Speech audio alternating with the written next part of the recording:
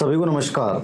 जीत जाएंगे की श्रृंखला के तहत, माटी से माइक की श्रृंखला के तहत आज हमारे साथ लक्ष्मी बोस। जिस दिन इस बच्ची का सिलेक्शन हुआ उस दिन इस बच्ची का मैसेज था कि मैं जोधपुर सेमिनार में सर आपसे मिली थी और मैं संस्कृत स्कूल व्याख्याता में चयनित हुई हूँ। सर आपका बहुत बड़ा आशीर्वाद मार्गदर्शन रहा है।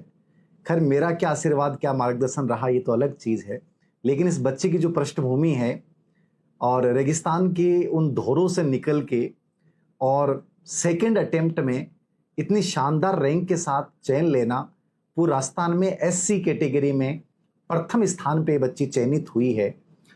आज इनके पापा, इनके भाई और ये खुद इतनी दूर से चल के मेरे पास मिलने के लिए आए हैं।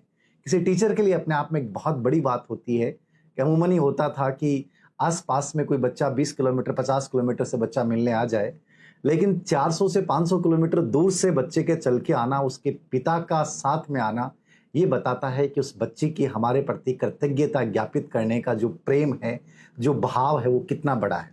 तो लक्ष्मी, तुम्हारा बहुत अभिनंदन और स्वागत है। कैसा लग रहा है कि फर्स्ट अटेम्प्ट में नहीं हुआ था? पापा तुम्हारे बता रहे थे कि तुम्हें लगा कि मेरा क्यों नहीं हुआ, जब दीदी का फर्स्ट अटेम्प्ट में हो गया था तो मेरा भी फर्स्ट में होना चाहिए था। शायद अच्छा हुआ कि उस समय तुम्हारा नहीं हुआ। बिल्कुल सर, पहले तो आपका बहुत बहुत धन्यवाद कि मैं आपके समक्ष ये उपस्थित होकर ऐसे इंटरव्यू दे रही हूँ। और ये जो आप विजुअलाइजेशन की पावर कहते हैं, ये सपना मैंने बहुत पहले देखा है। अच्छा। मैंने ये हमेशा देखा है कि आप मेरे पास बैठे हो और आप मेरे को ऐसे सवाल पूछो, ये सोते टाइम हमेशा सोचा है। अरे वाह। तो आज मुझे लग रहा है कि आप जो विजुअलाइजेशन बोलते हो रियल में होता है। अच्छा अच्छा। तो ये मेरे साथ जो घटित हो रहा है वो सब उसकी पावर से हो रहा है। और जब मेरा चयन हुआ तो ये मेरा दूसरा अटेम्प्ट था और मेरे फैमिली वाले बहुत खुश थे सर। अच्छा। जब रिजल्ट आया तो हम सब फोन लेके पूरी फैमिली साथ में बैठी थी। हाँ। मेरे मम्मी पापा बहुत ज्यादा खुश थे और मेरी मम्मी की जो रिजल्ट को देख के बेटी ऑफिसर बन गई। हाँ। तो मम्मी की बीपी हाई हो गई सर। अरे खुशी के मारे। खुशी से होता है। हाँ, सही। तो वो पल तो शब्दों में बयान नहीं किया जा सकता। पर उससे पहले मैंने बहुत असफलताएं देखी है। मैंने रीट जो रद्द हुआ था वो दिया था, उसमें मेरे 122 नंबर थे, उसमें नहीं हुआ, वो रद्द हो गया। लेकिन मेरे पापा बहुत सपोर्टिव रहे मेरे लिए हमेशा। उन्होंने हमेशा कहा है कि तू अपना 100% दे, होगा नहीं होगा वो किस्मत की बात है, मैं तेरा पूरा साथ दूंगा।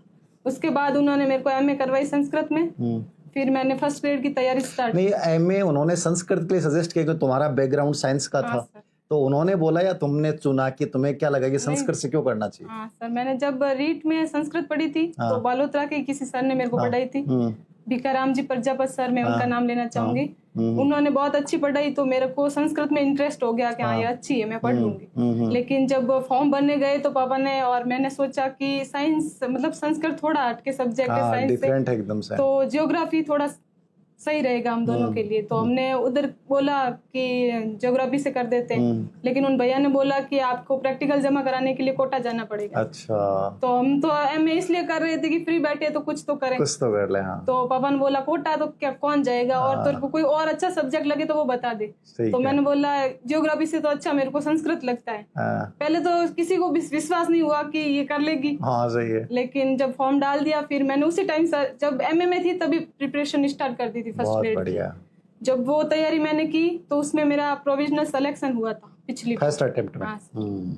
उस टाइम जब एग्जाम था 11 तारीख को और 10 तारीख को मेरा रिजल्ट आया था, लेकिन फिर भी मैंने तैयारी की थी। अच्छा अच्छा। उसके बाद उसमें जब फाइनल नहीं हो पाया तो मैंने रीट मेंस की तैयारी की वापस।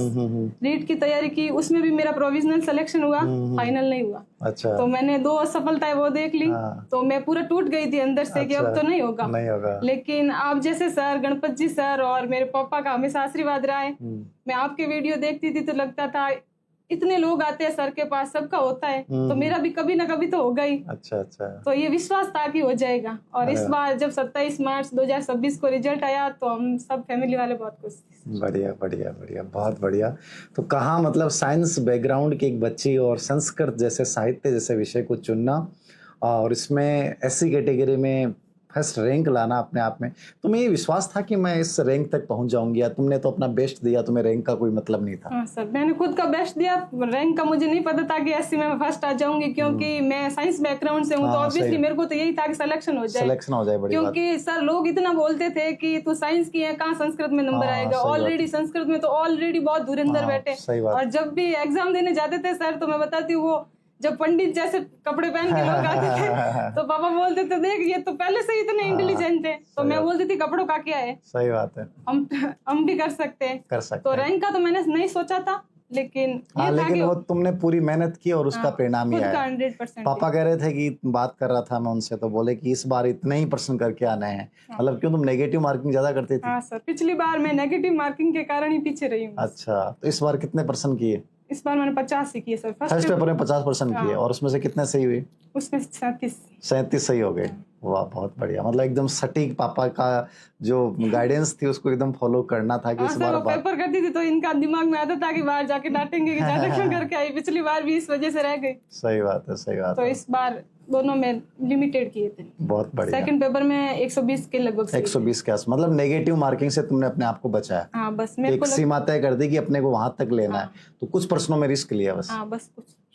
और मतलब क्या रहता था स्टडी का, कितने घंटे पढ़ती थी, क्या रहता था? स्टडी सर 8 से 9 घंटे रेगुलर होते थे। अच्छा। मेरी मम्मी की तबीयत ज्यादा सही नहीं रहती, तो मैं घर पे रह के ही पढ़ाई की हूँ पूरी। ठीक है। मेरे घर में अंडरग्राउंड है, उधर जाके पढ़ती थी। अच्छा। पहले सुबह सारा घर का काम करती थी पूरा? हाँ, मम्मी रसोई का करती थी। हाँ, बाकी सब मैं करती थी, झाड़ू पोछा कपड़ा वगैरह सब मैं करके फिर बैठती थी। 11 बजे बैठती थी, शाम को 5 बजे तक पढ़ती थी सर।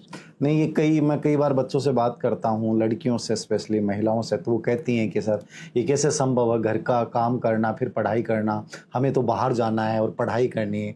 तुम्हारी जो कहानी वो ये बता रही है कि आपकी जैसी परिस्थितियाँ हैं उन परिस्थितियों में तुम बेहतर कर सकते हो। तुमने घर का काम भी किया, मम्मी की तबीयत सही नहीं रहती थी, तो वहाँ 8 से 9 घंटे तुमने अपने घर में ही अंडरग्राउंड रह के कैसे भी निकाले। ठीक है, ऑनलाइन तुमने कोर्स लेके जैसे भी पढ़ा। तो ये सब अपने आप में इस चीज़ को बताता है कि यदि आप सफलता की आप में चाहत है तो फिर ये शिकायतें, ये बहाने, ये सब खत्म हो जाते हैं।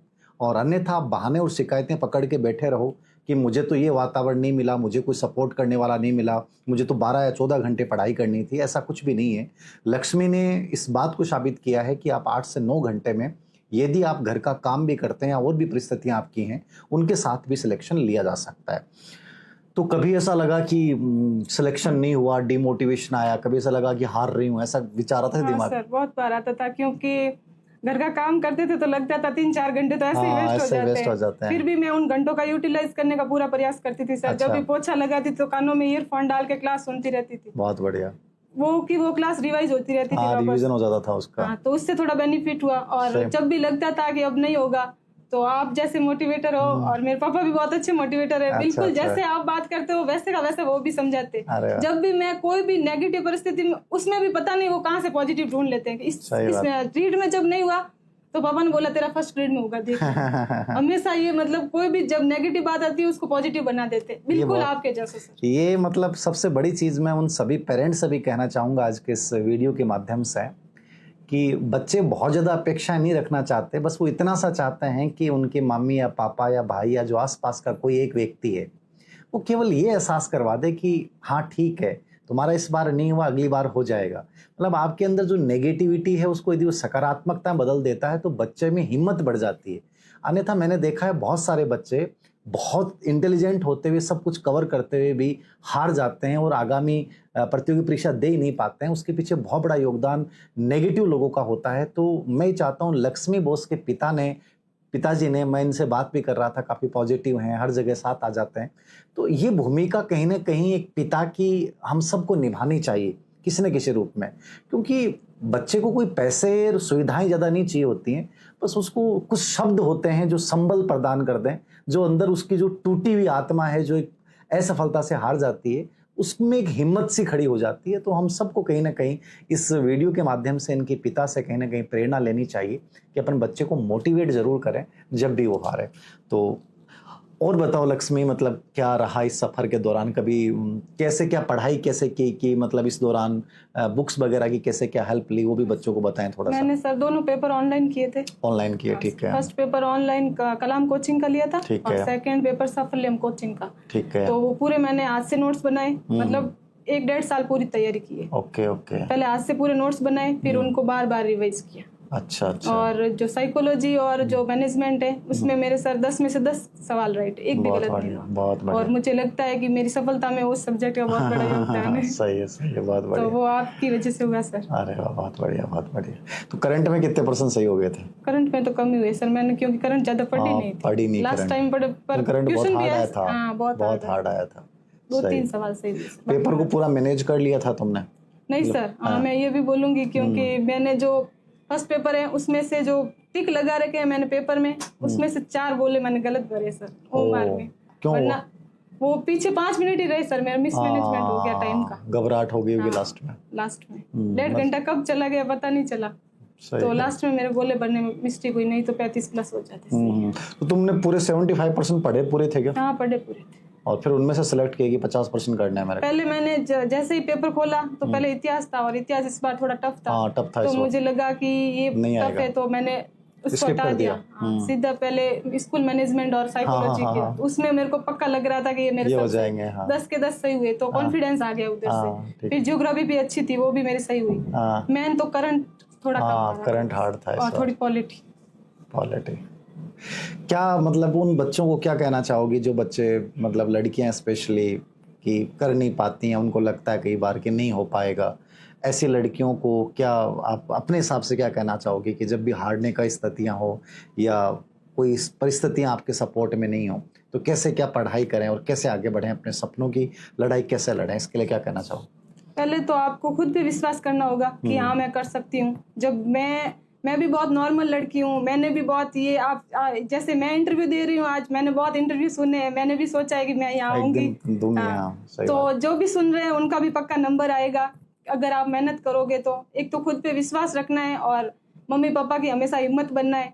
उनकी आंखों में वो चमक देखनी है जो हमारे लिए वो देखना चाहते हैं। जब मेरा रिजल्ट आया तो मेरे घर में इतनी खुशी थी, क्योंकि मैं घर की पहले गजेटेड ऑफिसर हूँ। पापा की हमेशा इच्छा थी कि हम 3rd ग्रेड 2nd ग्रेड है, तो एक तो हमारे घर भी गजेटेड होना चाहिए। तो आप भी वो पावर रखे अपने अंदर कि हाँ मैं कर सकती हूँ। सही बात, सबसे बड़ी चीज है मम्मी पापा की ख्वाहिशें हो, अपने परिवार के सपने हो, खुद की इच्छा शक्ति हो, तो कहीं ना कहीं सपने सच होते हुए दिखाई नहीं देते, वास्तव में वो वास्तविक धरातल पे सच हो जाते हैं, और एक दिन आप वो राजपत्रित बन जाते हैं। आज लक्ष्मी बोस गजेटेड स्कूल व्याख्याता बन चुकी है, ये संस्कृत से नेट भी हैं। हम तो ये भी उम्मीद करते हैं कि इन फ्यूचर ये असिस्टेंट प्रोफेसर भी बने, RS की भी तैयारी करें, जैसा भी है, क्योंकि बहुत बड़ा ज़्यादा एज भी नहीं है और इतना अच्छा परिवार है, सपोर्टिव परिवार है, तो मुझे लगता है कि सब चीज़ें संभव हैं।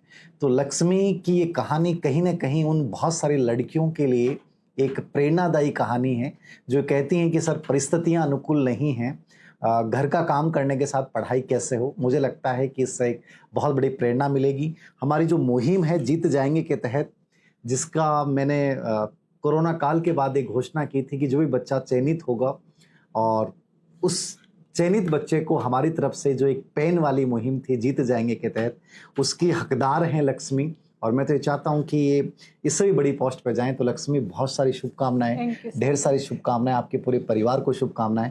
उस दिन जिस दिन सिलेक्शन हुआ होगा उस दिन नींद नहीं आई होगी। बिल्कुल सर, मेरे को नहीं आई, मेरे मम्मी पापा को भी नहीं आई। 5-5 मिनट में सब पूछ रहे थे लक्ष्मी नींद आ गई क्या?